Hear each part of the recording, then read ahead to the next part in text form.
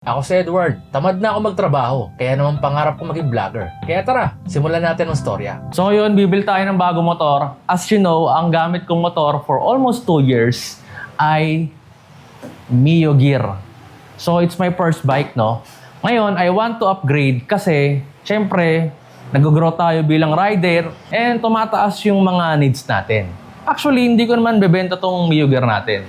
Gagamitin ko pa rin siya sa mga quick errands ko. And probably, ipapayaran ko siya sa aking kapatid para may gumamit pa rin. Para hindi matenga syempre. Then, at the same time, maalagaan pa rin. Mga walang sumasagot. So, nagtatawag kasi ako ng mga motorcycle dealer. Kasi gusto ko, pagpunta ko doon, ready na. O kaya, meron doon. Ayoko kasi yung tipong pupunta ako sa mga bawat shop, tapos tatanungin ko kung meron. Boss, tanong ko lang, meron kayong ano dyan? On stock ng... Yun lang, umulan. May mga balakid talaga sa mga plano ko. Ang lakas pa nga ni.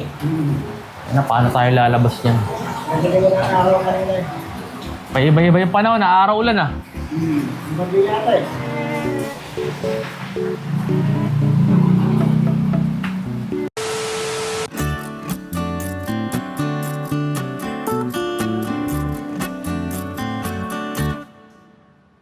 May stock dito ng NMAX. Napadaan ako dito. Sabi ko pa naman, pag may nakita akong NMAX dito na standard, down stock. Yun ang bibiling ko. Tangina meron. Boss, pwede i-cash to? Standard na max. Kailan ba sir? Ngayon. Kailan lang na okay. Meron lang. It's a sign. Okay. Wala ka sir. Sige, sige. As in? Nabigyan ng konti. Okay. Sure ka? Oo. Nag-confirm na siya yo. Tinanong ko na kung kukunin talaga eh. Oo daw eh. Pero ako, nandito na ako. Ikaw? Kaya sir, nag-commit na kasi ako sa... Okay, sige, sige, sige. Okay pa. Sige, Dos, thank you. Thank you sir. It's a sign na hindi para sa akin ng NMAX. Biruin mo, nasa harap ko na siya. Hindi pa ibinigay sa akin. Baka para dun talaga ako. Boss! Boss, okay ba mag-video dito? Wala. Basta foreign lang. So ito na. Green. Green. Aba, may NMAX ka rin pala ah. Kaya na, baka magbago isip ko ah. Tingin muna tayo dito. Baka magbago yung isip natin eh.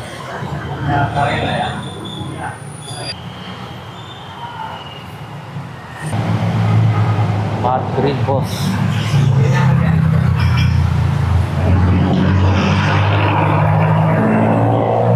Ayos.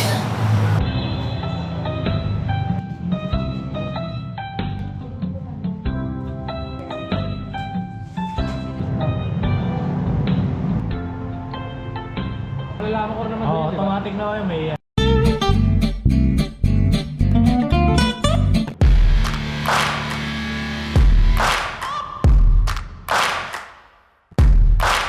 Napakaangas, di ba? So tara, iuwi na natin to. Oh, lakas ko na.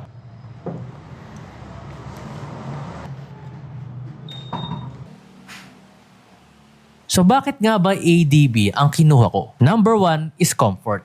Given na yan, alam naman natin na isang motor na to sa mga komportableng sakyan. Upright seating position, extended footrest, at magandang suspension. Number 2 is forma. Wala ka nang masabi. Literal na maganda. Number 3 is off-road ready. Alam naman natin kung ano ang kondisyon ng mga kalsada dito sa Pilipinas, di ba? May lubak, may butas, at kung ano-anong obstacle course. Tsaka hindi naman all the time, city ride ka lang. Darating din sa point na may madadaanan kang rough roads. Especially kung nasa province ka at mahilig ka sa mga nature adventures. Then yung iba, given na naman, matipid sa gas, malawak ang storage, ABS, traction control, and so on. Pagdating naman sa engine, enough na siya para sa akin. Kasi hindi naman ako mag-racing. Alam niyo yun? Basta maabot niya yung 60, 80, 100 ng madali, goods na ako doon. Tsaka feeling ko pare-pareho lang naman yung mga engine ng mga kapareho niya na nasa 150 to 160 line. Kung meron namang different, konti lang. Hindi na masyadong pansin ba? Siguro kung meron man akong ayaw dito is yung signal lights niya.